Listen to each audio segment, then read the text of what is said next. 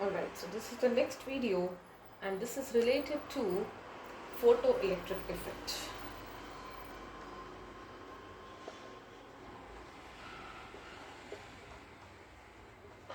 Okay, when we were discussing the properties of electromagnetic radiations, we understood that the diffraction and interference can be explained by considering that EMR behaves like a wave, whereas black body radiations, which we have discussed, and photoelectric effect and the specific heat and the line spectrum, all these four properties can be explained only when you consider electromagnetic radiations to be made up of particles. So photoelectric effect was discovered by Hertz in the year 1887. So he had a setup like this. So he had a discharge tube like this, and then he used some metals like potassium, group 1 metals basically. Okay, potassium, rubidium and cesium, one by one. Group 1, the reason is because it's easier to remove electrons there because they only have one electron in their outermost configuration. Alright, so and then this was connected to a ammeter and then it was connected to a battery. This is how it was. Alright, now this is the positive, this is your ammeter, positive, negative. And now what he did was, when radiations of suitable frequency was incident on this, what was happening is that he observed that now it depends on the kind of metal you are using. Let us say for a particular metal, he observed that any light would not release electrons. Okay, so it was knocking off electrons like this. For a given metal, a radiation of a suitable frequency could remove the electron, knock off the electron from the metal, and these electrons, because they are now connected, now don't get confused, this setup is not required for you to see photoelectric effect. What is photoelectric effect?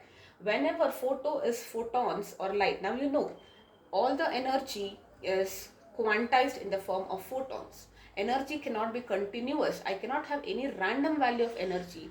All the energy, when I say there is a radiation which is coming maybe from the sunlight, energy cannot have some random values. Just like the number of children in a family can be 1, 2, 3. I cannot have 1.5 children, correct? So whenever we do not have a continuous value, we call it as quantized or discrete values. And energy is also like that. Energy is given by nh nu, where nu is the frequency of the radiation, h is your Planck's constant, 6.626 into 10 power minus 34 joule second, and n is the number of photon. What is this photon? Photon is the smallest packet of energy. Now if you want energy, imagine you are drinking glucose, okay, glucon D or something. So the minimum energy what you get will be, you are using one sachet of glucose. So visualize that the smallest energy which is coming from a radiation will be in the form of a small packet. That is what we call as a photon. Alright, and if you want more energy, you have to take more and more glucose. You cannot have, let us say that half a packet of glucose is not allowed. You can only drink 1 sachet, 2 sachet, 3 sachet, and let us say each sachet is having 100 joules of energy, for example. So what will be the energy that you get? 100, 200, 300 and so on. In between are not allowed. Same is the case. The energy with a simple photon will be E is equal to h into nu. It depends on the frequency of that particular radiation. So one photon will have E is equal to h nu. If there are n photons, this is the energy. Alright. So now let us say the radiations are coming for all, and I can calculate the energy, correct, if I know the frequency. Random radiation is not giving you photoelectric effect.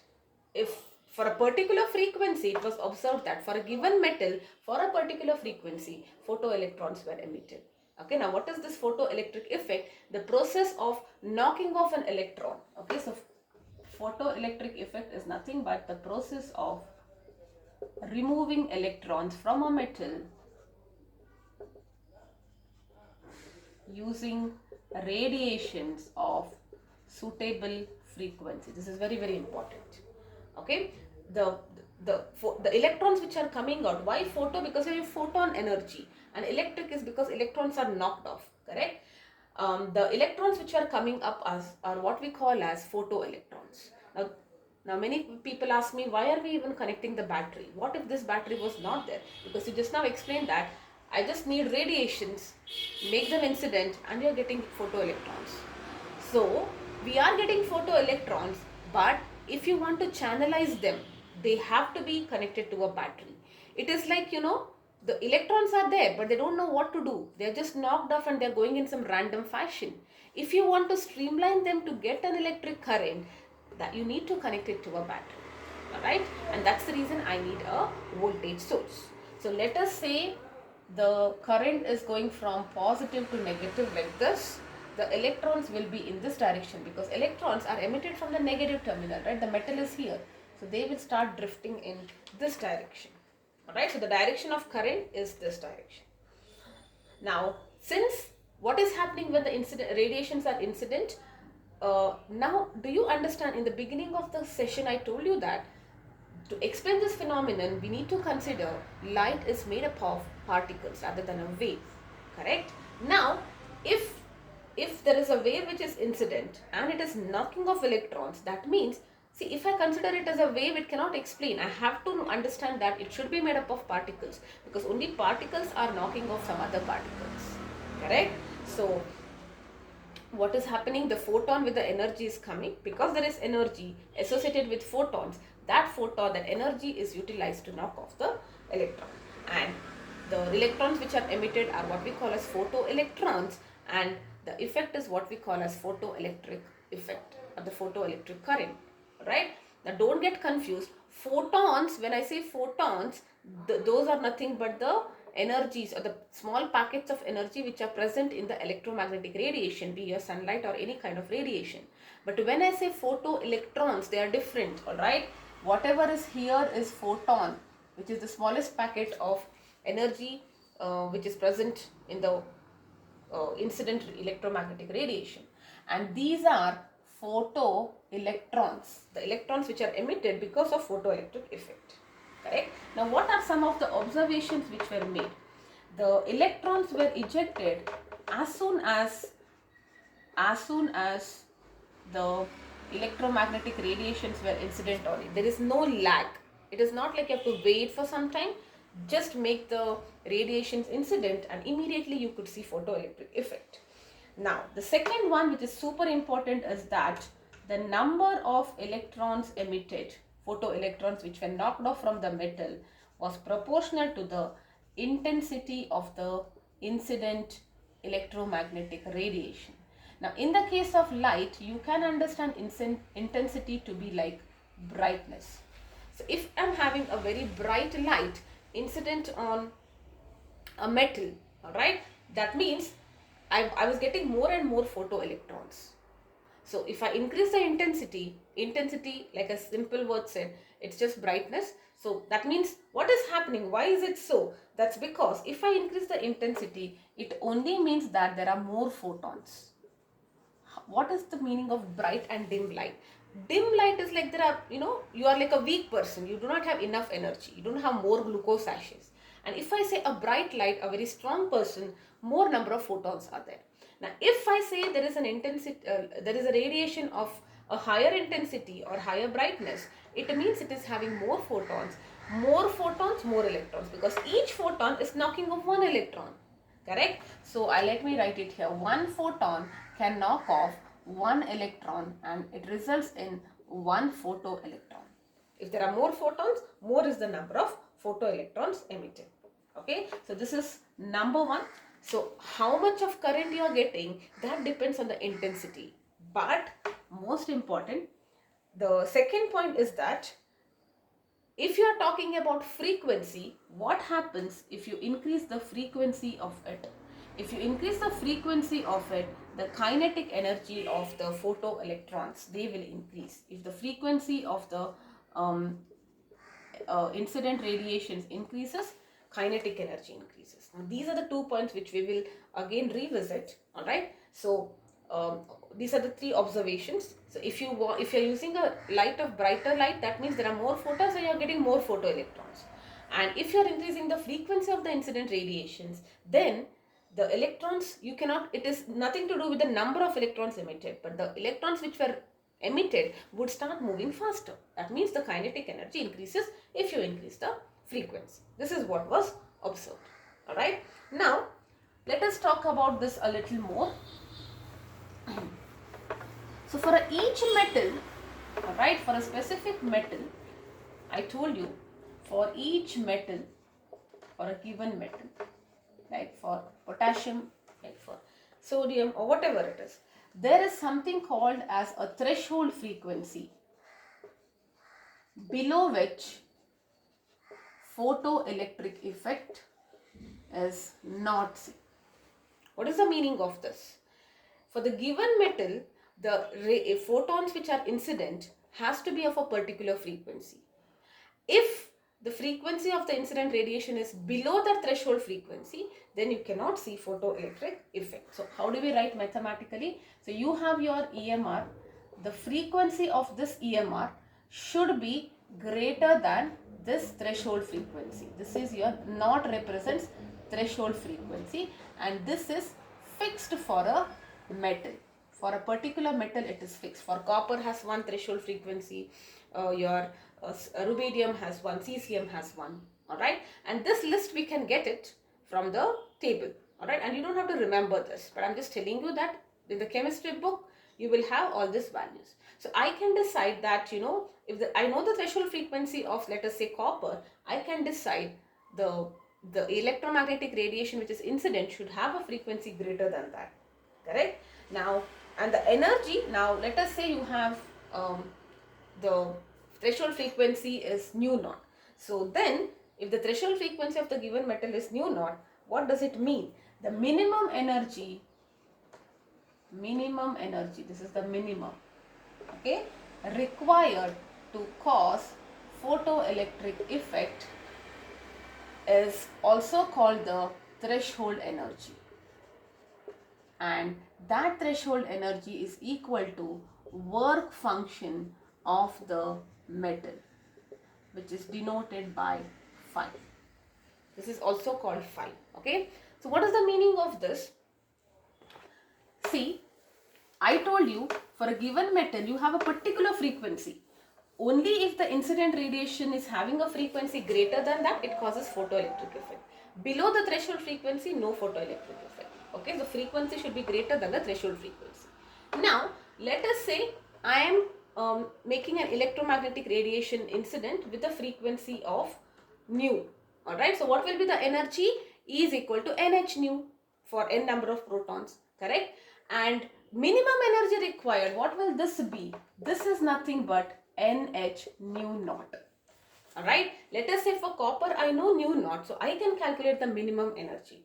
In other words, it's just telling you that the energy for a particular threshold frequency, I can calculate the minimum energy in this formula, and the energy of the incident photon must be greater than that. If it is lesser, it cannot create photoelectric effect. That means no photoelectrons will be emitted. And this energy is what we call as the threshold energy.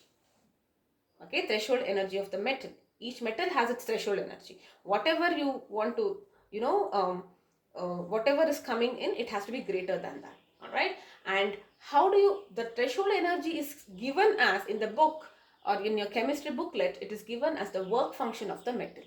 Work function is nothing but the minimum energy which should be incident on that particular metal, so that, you know, your photoelectric effect can be seen. So do not get confused, because we do not write threshold energy for metals. We write it in terms of work function. The threshold energy is the minimum energy which is incident, we should be incident on it. But with respect to the metal, we say that it is work function.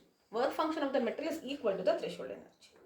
Correct? Now let us say, for example, let us say for a particular metal, this is just an example, I will take rubidium. Let me say that the threshold frequency was some 400 Hertz. That means if the incident radiation has frequency below 400, no photoelectric. And let us see my incident right had a frequency of 500 Hertz. So that means there is photoelectric effect. So that means the incident radiations fall and knock off the photoelectrons. Sorry, the electrons, yes. Alright, now what will happen? Now look at that. Whatever, now let us calculate the energy. So what will be the work function of your rubidium? Work function of rubidium is the threshold energy, which is equal to NH nu naught. Alright, I will just substitute N, like randomly I'm saying, let me say there are 100 photons and H is that 6.6 into 400. I will just take that as H only, or X or something. Alright, so let us say the minimum energy is how much? 40,000 eV, for example. Alright, so now what will happen? I'm not calculating it. I did not calculate it because we are anyway doing numericals. Okay, now this is the minimum energy, threshold energy. Now what is the actual incident energy? Incident energy will be NH nu, correct? So it is again 100 into, let us say H is again X, and this is 500, correct? Because I am making sure that the incident radiation has a frequency greater than that. Now what happens, look at that, there is an excess of 10,000. It only requires 40,000 eV to knock off an electron, but you are supplying with more energy. Now imagine you just need 10 packets of glucose and I am giving you 20 packets. So you will store the 10 packets, right? Whatever you want, you will use it for your energy requirements, and the remaining ones you will store it. What happens here? So the total energy supplied will be, a part of it is utilized to knock off an electron, that is nothing but H nu naught, and the remaining one will be converted into the kinetic energy. You will be storing the packets here, it will be converting into kinetic energy. Okay, so we have this relation H nu, which is the total energy supplied, a part of it is utilized to knock off an electron and create photoelectric effect, and the remaining ones will be converted into kinetic energy. Now I think you understand that second observation when I meant that if you increase the frequency, kinetic energy increases. So minimum you need this nu naught, that is 400. If you start increasing more, 500, it will move with faster. If you make it 600, it will move even more faster because kinetic energy will be increased. And you can also write it as H nu naught plus half m v e square. M is the mass of an electron, you can write. V is the velocity with which it is moving. Alright, so this is about photoelectrons. Now again and again I'm saying, I'm just going to summarize this one important part, which is this. Okay, so if you increase the number of photons, okay, or in other words I say intensity or brightness, then if that increases, that is proportional to the photoelectrons which are emitted or photoelectric current. It is nothing to do with frequency. Now how much current I am getting, it is nothing to do with frequency, it is only dependent on the number of photons, and the frequency is dependent as proportional to the kinetic energy. So you need it to be of a minimum frequency, that is the condition, because if the frequency is not matching the threshold frequency, anyway you cannot see anything, no photoelectrons. Once we say it is higher than the minimum, then if you start increasing the frequency, the kinetic energy will increase. And for this higher frequency, if you start increasing the brightness, then more and more photoelectrons will be emitted. So the number of photoelectrons emitted is independent of frequency, it's only dependent on the intensity or the number of photons. And the kinetic energy, the speed with which the electrons, once they are emitted, start moving, depends on the frequency. So be very, very clear, right? There was also one observation which was made by Einstein, that if you had potassium metal, all right, for potassium metal, if he used a red light of any brightness, okay, any brightness, he started brightest of red light, there was no photoelectric effect which was seen. And the reason is because red light has a particular frequency. The frequency or the threshold frequency of the potassium was not matching with that. Okay, so I will just write it for your information. The frequency of this red light was 4.3 into 10 power 4 hertz. Alright, and this was less than the nu naught, threshold frequency of potassium. It was more, maybe 5 or something.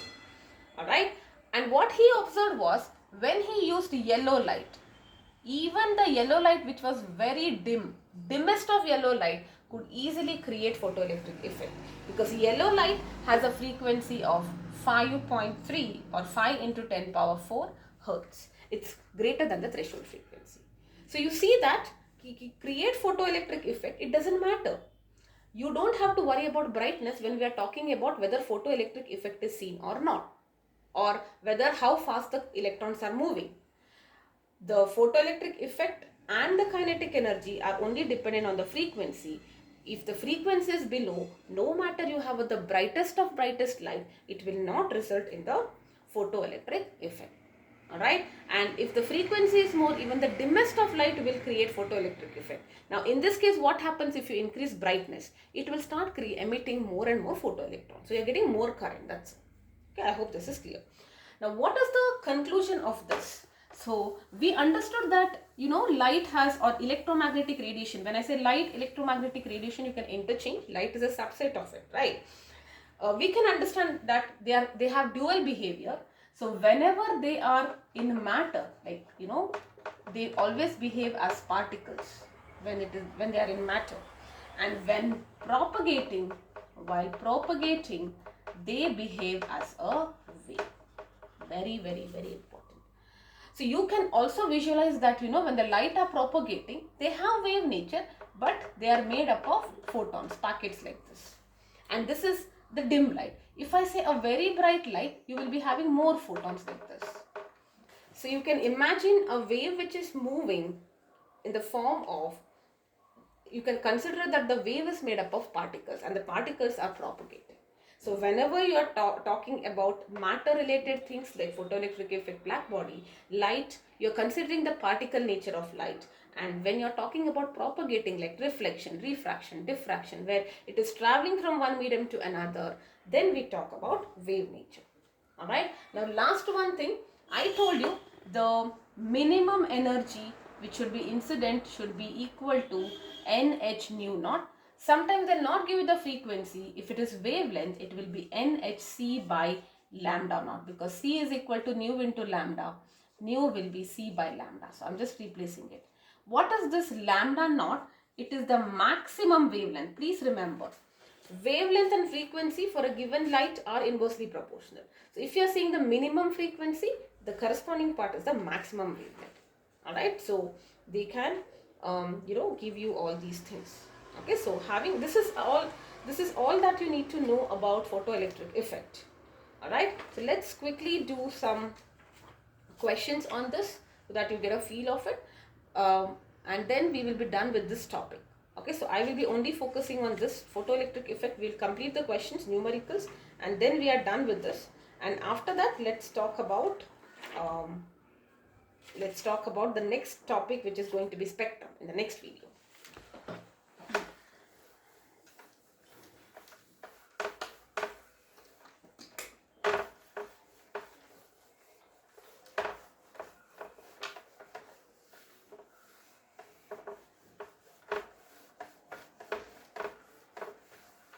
Alright, now before we do some questions, I want you to, let me write it here.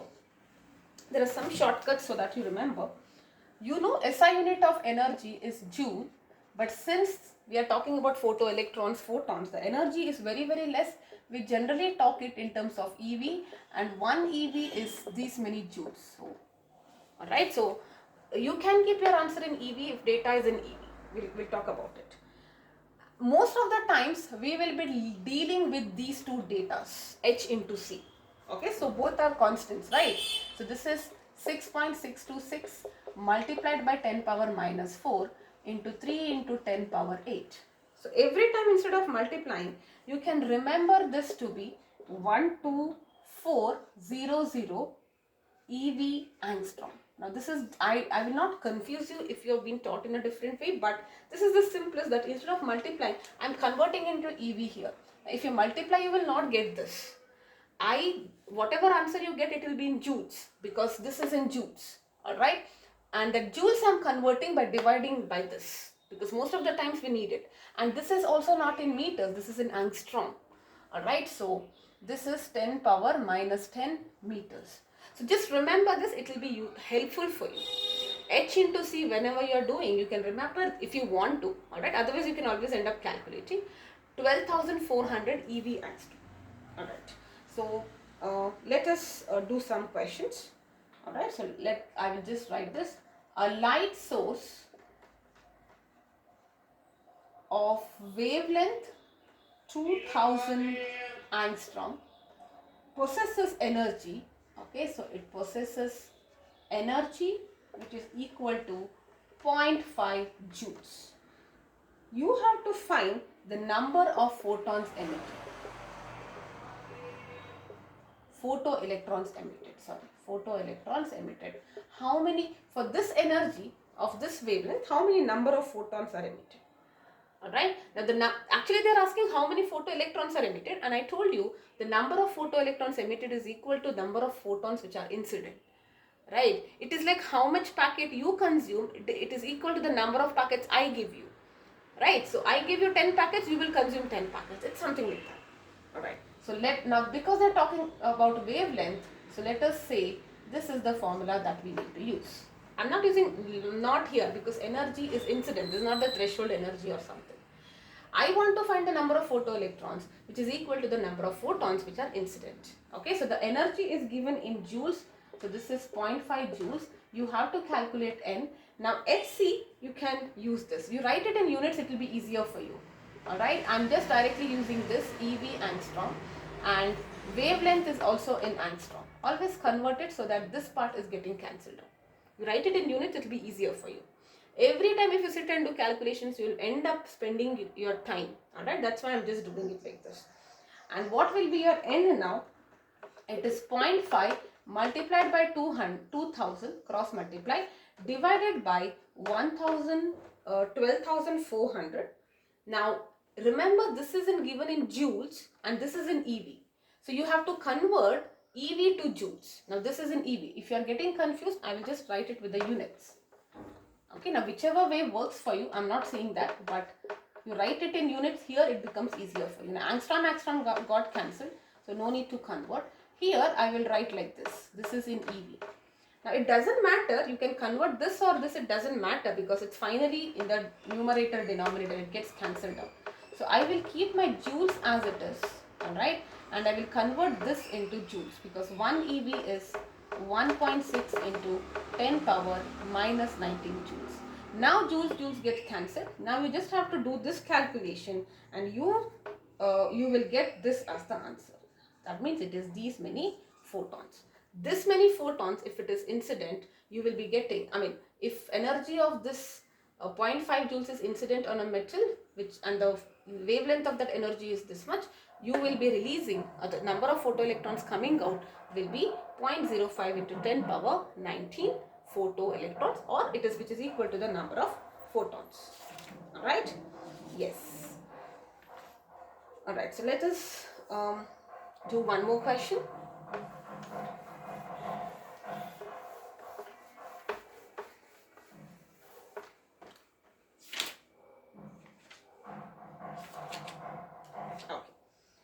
The work function of some metals, the work function of an arbitrary metal.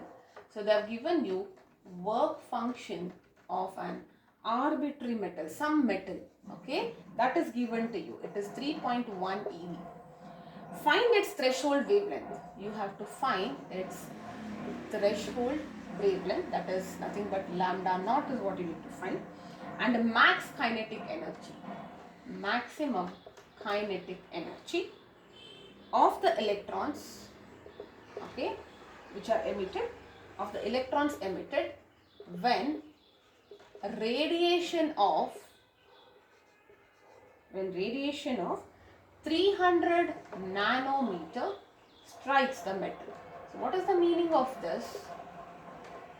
Okay, there is some metal and a wavelength of radiation of 300 nanometer wavelength. Okay, this is the wavelength is incident on it, and they are saying that the work function of this is 3.1 eV. That means minimum energy is 3.1 eV. Okay, only if the energy of this is greater than 3.0 eV, you are getting photoelectric effect. You have to find the threshold wavelength, that is the maximum wavelength, and the kinetic energy. Alright, now one by one, you know total energy. Okay, total energy is equal to the threshold energy, this is my threshold energy, plus kinetic energy, correct, which is, now frequency is not given, so let us write it, and it will be Hc. They have not mentioned like how many photons and all, so I'm not taking n here. Hc by lambda will be Hc by lambda naught plus kinetic energy. Alright, and this is nothing but the work function minimum, and that is given to you, work function. So I can now say that work function is Hc by lambda naught, and very easily I can find the lambda naught now. So what will be lambda naught? Hc by work function. Correct? Find the threshold lambda. Yes, I need to find this. Now Hc I know it is 12,400 eV angstrom divided by work function, which is also given in eV. So eV gets cancelled. If you just do this 12,400 by 3.1, you will get now see, look at that, this is given in nanometers. You will have to convert it into nanometers. Okay, so I'm just leaving it. You just write whatever is the answer in nanometers. You'll get it in angstrom. Once you get it in angstrom, you can write multiply by 10 power minus 1 and plus 1, and then you can write it in the form of 10 power minus 9. Alright, so what I'm saying is, I don't know, divided by 3, right? So I don't know how much it is. Okay, I don't have the answer also with me. Let me say this is x, for example. If I divide this, so it will be x angstrom, but here the answer is in nanometer. So how do you convert this? See, angstrom is 10 power minus 10 and nano is 10 power minus 9. So you multiply by 10 power 1 and minus 1. So this and this, if you group together, you will get nano. So you just have to shift it this side. So it is point x into 10 nanometers. Alright. Suppose we are getting 55, it will be 0.55 nanometers. Okay, you can check and get back to me. Now they are asking you the kinetic energy. So what will be the kinetic energy? Threshold, total energy minus threshold energy. Total energy they have given, incident is given to you, correct? So let us write it. Hc by lambda minus Hc by lambda naught. Now you know this part already, this you need to calculate. Okay, so this is again 12,400 eV angstrom divided by, now this is will be nanometer, here it is in angstrom, so convert it into angstrom. Okay, so 300 nanometer is 300 into 10 power minus 1 into 10 power plus 1. Okay, so this is, okay, let me write it, minus 9 it is into 10 power minus 1 into 10 power 1, because nano. Now angstrom is this part, 10 power minus 10. So you multiply by 10, so it is nothing but 3000 angstrom. Correct? Now only if you can do it, otherwise you will do it this way. Okay, now you just have to calculate this. You should be getting, I have it with me, so these many EV. The answer is in EV. Suppose they ask you, your answer should be in joules, you will do that conversion, multiply by this part. Alright, so that is about your photoelectric effect. In the next videos, we will be talking about spectrum, what is a spectrum, and then we will also be understanding the line spectrum of hydrogen. Alright.